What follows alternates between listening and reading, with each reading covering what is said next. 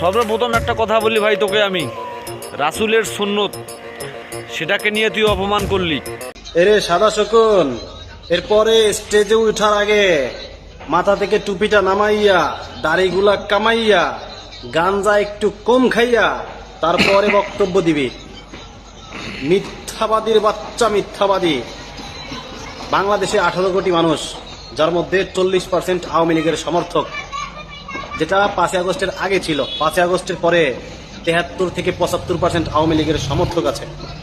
73-75 বা 40% ধরলেও 7 কোটি প্লাস আওয়ামী লীগের সমর্থক, যারা তোদেরকে ঘৃণা করে, যারা স্টিল নাও আওয়ামী লীগকে চায়।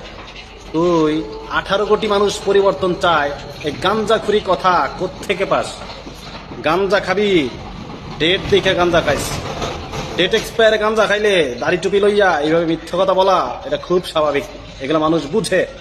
তোদের মিথ্যা কথা এখন মানুষ আর খায় না। সর্বপ্রথম তুই একটা কথা বলেছিস ভুল, রাসূলের সুন্নত সেটাকে নিয়ে তুই অপমান করলি।